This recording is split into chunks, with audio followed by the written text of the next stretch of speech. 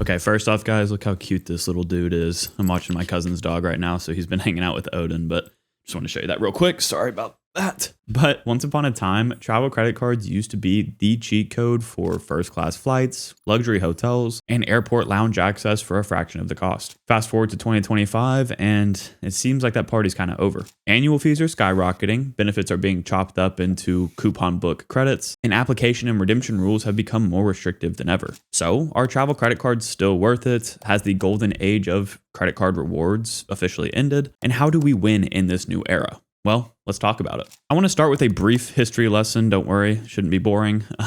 Just so that we understand where we came from and the historical trends that have led us to this point. Back when credit cards first came out, they were dead simple. The first ever charge card, the Diners Club card, debuted in 1950 when two friends used it to pay for dinner. By 1958, Bank of America introduced Bank AmeriCard, the first general purpose credit card with revolving credit that later became Visa. Around the same time, MasterCharge, now MasterCard, launched in 1966, created by a network of banks. Still no rewards and no perks, just borrowing money and then paying it back later. Things really started to shift in the 1980s, though. Discover launched in 1986 with a groundbreaking 1% back credit card, and a year later, in 1987, Citi partnered with American Airlines to release the first airline credit card, kicking off the points and miles era. By the 1990s, big hotel chains like Marriott and Hilton jumped into play, solidifying these travel rewards as we know them today as a real thing. Meanwhile, American Express was carving their own path, as they always do. Amex had been issuing charge cards since the 1950s, but in 1991, that's when they launched Membership Rewards, one of the earliest transferable currency ecosystems that travelers just raved about. And of course, we still use Membership Rewards points to this day. The Amex Platinum came around much later in 1984, but whenever they started adding these premium travel perks like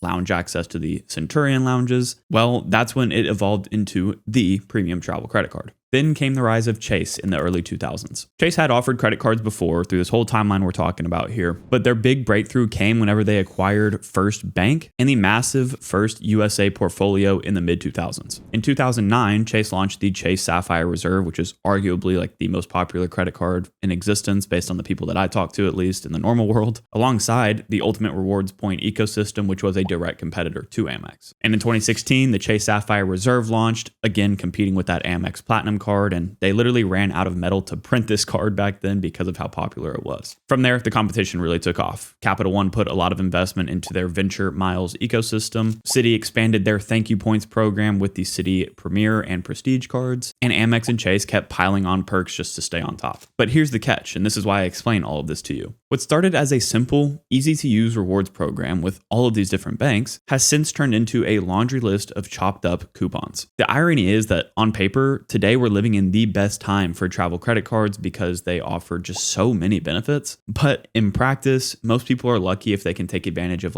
half of them. So within the past 10 years or so, we've transitioned away from that golden age of just every card is going to give you a ton of value to today's coupon book era. Like I mentioned, here in 2025, from a bird's eye view, everything looks better than ever. We have huge sign-up bonuses, premium credits pushing the $500-$600 range, even more lounges for us to access with our premium travel credit cards. But when you start to peel back the layers a bit, the cracks begin to show. The first thing, of course, that jumps out here is going to be just how expensive these cards have gotten. The Chase Sapphire Reserve now costs $795, which is much higher than it has been in previous years. The Amex Platinum is rumored here to raise to $895 in a couple of weeks, and just so y'all know, I'm filming this on August 27th, so pretty early because I am prepping for a big trip to Italy right now, so trying to get ahead on videos. But aside from those two major cards there, even the mid-tier cards like the Amex Gold or say the United Quest card on the airline side are now pushing into that $350 range, which used to be where those premium cards would kind of lie. Whenever the Chase Sapphire Reserve first launched at a $450 annual fee, you would feel like that's pretty fair. It's steep, but you could get value from the credits on it. But today, the baseline for a luxury travel credit card has nearly doubled, and they come with way more hoops to jump through to get that value back. Speaking of getting value back, I just started using a new tool that will either give you money or points back for flights that you've already booked, and it's called SkyKey. Instead of me like rattling off all the details, I just want to show you exactly how it works. And this is perfect timing actually, because I just recently booked a flight for the creator meetup in Puerto Rico in November. So I'm going to go ahead and show you the manual way that you can upload your tickets. But after I do this, I'm actually going to go ahead and sync my email using their automatic sync feature so that SkyKey can pull all of my already booked flights from my email confirmations and enter them for me so I can start saving money or points in the background without any effort required. So first things first, if you haven't yet, obviously create an account and enter the referral code SpencerJ whenever you do so to let them know that I sent you. You can also use the link down in the description to do the same thing. For now, I'm going to click upload your ticket. And now I can enter my ticket details like the airline that I'm flying from this list, the confirmation number, whether I used money or points and miles, and then the total price for all passengers. Then I select the travelers that'll be on this itinerary, which is just me. But if you wanted to add a new traveler, this is the information that you would enter. Once that's in, I click continue. Now I get to review my information, make sure that I have a card for them to charge if they do find savings. And now that that's done, I just click submit. You can actually see down here that I did the exact same thing with a different Southwest flight recently, and they saved me 18,000 points within a day of me submitting the ticket, which is basically a full one-way flight that I never would have earned points back on if I didn't use SkyKey. If you're anything like me, you probably still have a few questions that you need answered. So I'm going to go ahead and throw up some FAQs on screen that you can pause and read through if you want to. So if you want to be sure that you're paying the lowest amount for all of your flights, whether you're booking in points or cash, check out SkyKey using my link below or enter the referral code SpencerJ when you sign up to let them know that I sent you. Thank you to SkyKey for sponsoring this video. Let's get back into the content.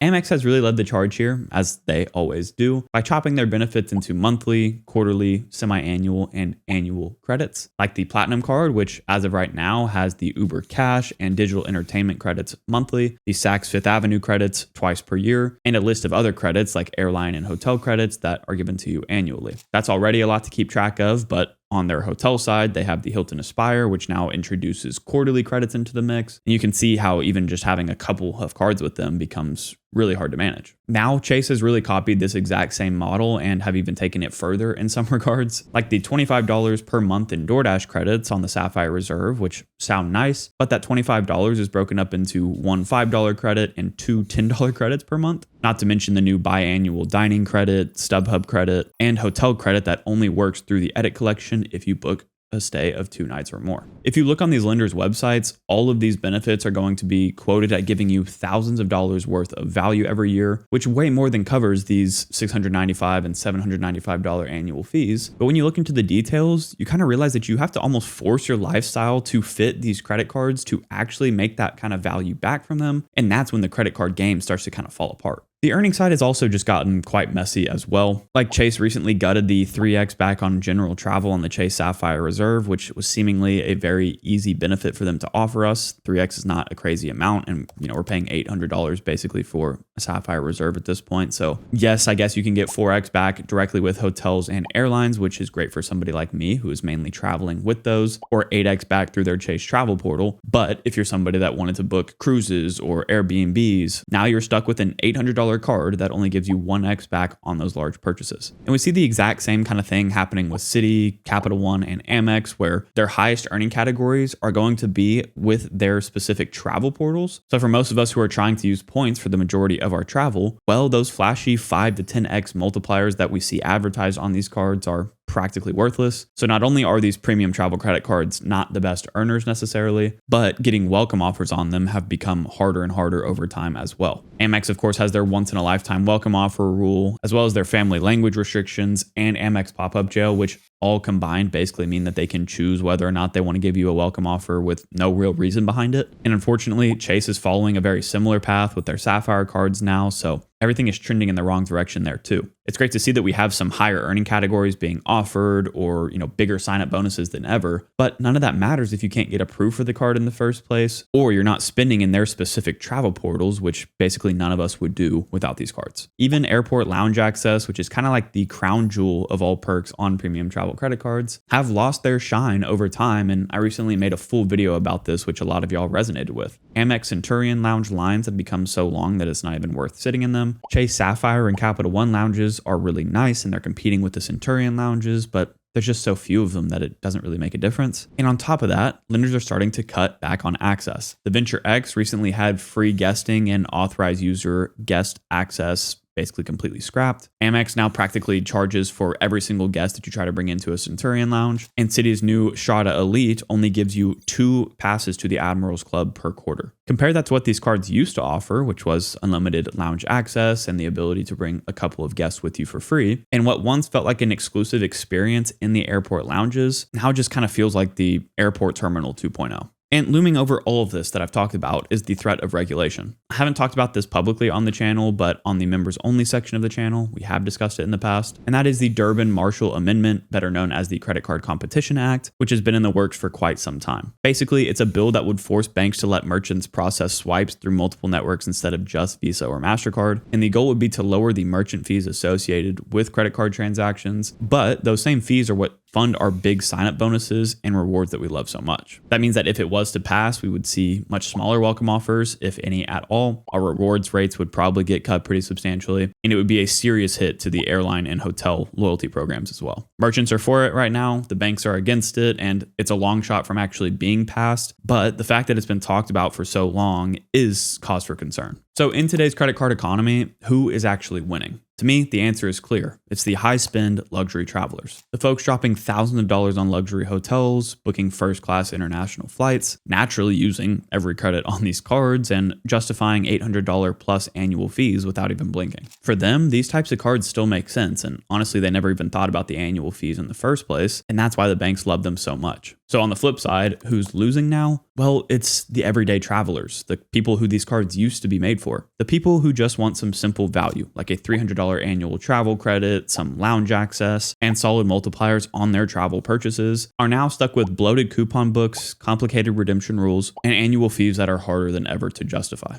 Of course, the banks know exactly what they're doing here. They're driving a wedge between the credit card maximalists, like those that are trying to get the highest cent per point value and get value from every single credit they can, and the casual, everyday cardholders. They've even started adding perks that the normal individual would never unlock, like those $75,000 thresholds for unlimited lounge access on the Amex Platinum card, or the ability to unlock extra status and benefits on the Chase Sapphire Reserve. That's something that you and I are just not going to do on these cards, especially considering the fact that like a card like the Amex Platinum is only giving you 1x back on 99% of your purchases. Like that would just never make sense for somebody that's an actual credit card gamer. But you know who's happy to earn that kind of rate and then probably just use their Amex membership rewards points for cash back? You guessed it, it's the whales, the people who spend a ton of money on their cards and the rewards just actually don't even matter to them to begin with. I think the irony here is that travel credit cards kind of used to be like a great equalizer of sorts, since they were a way for average people to experience travel like rich people do. But in 2025, these premium travel credit cards are becoming really just like status symbols of sorts, and they're not tools for like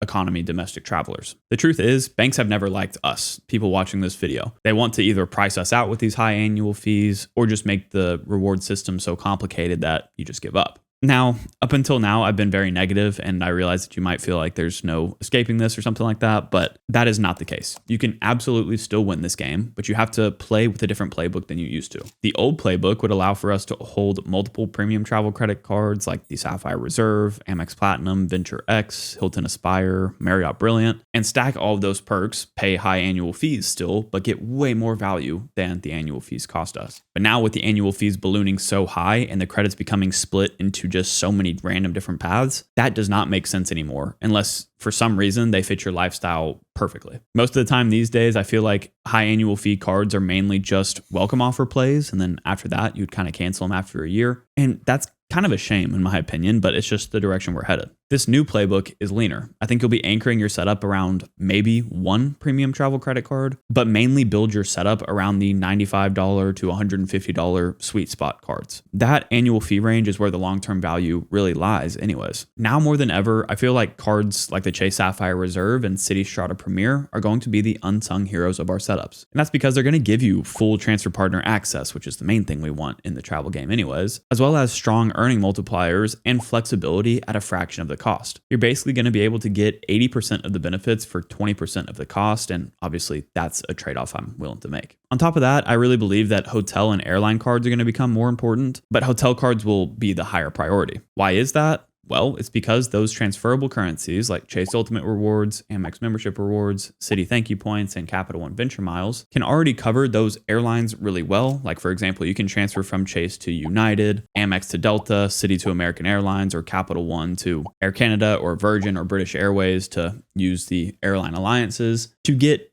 a respectable redemption rate. However, besides Hyatt on the hotel side, you really never want to transfer your points to hotels. The average cent per point values for a Marriott, Hilton, or IHG property are going to range from 0.5 to 0.7 cents per point. So you don't want to devalue your currencies by transferring something like a Chase point that might be worth 2 cents per point to one of those hotel programs that's going to more than halve your average valuation. That then begs the question, well, how the heck do I earn more points with those hotel chains? And that's where applying for their specific cards comes into play. Honing in on just one here, the IHG Premier is a $99 annual fee card, but it gives you a 40,000 point free night certificate to cover that fee on top of Platinum Elite status with the IHG, a massive 140,000 plus point welcome offer, and more. And Marriott and Hilton have cards just like that, or even higher tier ones that give you more value. But the perks that they offer are tangible, they give you repeatable wins, and again, you almost need them to earn any points with those specific hotel chains. Airline cards definitely still have their place and you can get plenty of positive value from them, but that's mainly going to come from the free check bags, priority boarding, and stuff like that. You just don't get the same kind of value from airline cards that you do hotel cards. So the archetype for a good credit card setup going forward is going to look something like this, in my opinion. You're going to have one main low annual fee transferable currency card, like the Chase Sapphire Preferred or Citi Strata Premier, that gives you access to the transfer partners that you need specifically. You're going to have a couple of no annual fee cards in the same ecosystem that help boost your earning rate potential past what that one card offers you, those being things like the Citi Double Cash, Custom Cash, or the Chase Freedom cards. Next, you'll have a hotel card, not only for the welcome offer, but for those free nights and added status that we talked about. Maybe an airline card if you're loyal to one brand in particular. And lastly, a premium travel credit card of your choice, only if you actually will get natural positive value from the credits. Bottom line here, premium travel credit cards are just not as easy to justify as they used to be. You have to be extremely honest with yourself if you actually would get natural positive value from those credits before having the card. And speaking of that, I actually have a good example from a recent consulting call of mine where they were considering adding the Chase Sapphire Reserve to their setup. Of course, anytime someone's considering adding a premium travel credit card, I like to get a sense of what their travel habits are beforehand. And I found out that he really only takes one big domestic trip per year, maybe two. And immediately that raised some red flags for me, of course, because with a card like the Chase Sapphire Reserve, you really need to be traveling at least a couple of times a year just to actually utilize the credits on it. So for somebody in his situation, I knew that he would probably be like scraping back enough value to cover the annual fee on it, just so he could get access to like some airport lounges for those couple of flights that he did. Whenever I laid it out to him like that, he could tell pretty quickly that the math just wasn't going to work for his situation. And, that could have saved him $800 right there. Unfortunately, I don't think a lot of people even honestly think that hard about it. They know that they, take a couple of trips here and there and would like maybe some lounge access. And sure, I could probably use this dining credit and edit credit and all that stuff. Like, yeah, it'd be easy positive value. Then they look up after the end of the year and realize they didn't use anything they thought they would and wasted that money. For folks like the guy I talked to in that consulting call, a card like the Chase Sapphire Preferred paired with a hotel and or airline card would much better fit their situation because that will give you the points that you need, the transfer partner access you need, and a few specific perks that fit your travel habits. To me, that's a perfect example of how to win the credit card game going forward. You can't fall for the hype. You can't fall into old patterns of thinking where these cards were easier to justify. You have to adapt to the current state of just the overall credit card ecosystem and be skeptical about these claims that these companies are making when it comes to how much value you can get from their cards. Just remember to never force your lifestyle to fit a credit card. That is how you lose right there. At the end of the day, though, I just don't think that it matters if the golden age of credit card or travel rewards has ended, because if you play it right, you can still come out way ahead. And if you want to learn about the strategy that I think 90% of credit card users should be using but aren't right now, go ahead and click into this video next. As always, Odin and I really appreciate y'all watching this video. If you did enjoy it, please consider leaving a like and subscribing to the channel, and we'll catch you guys next time.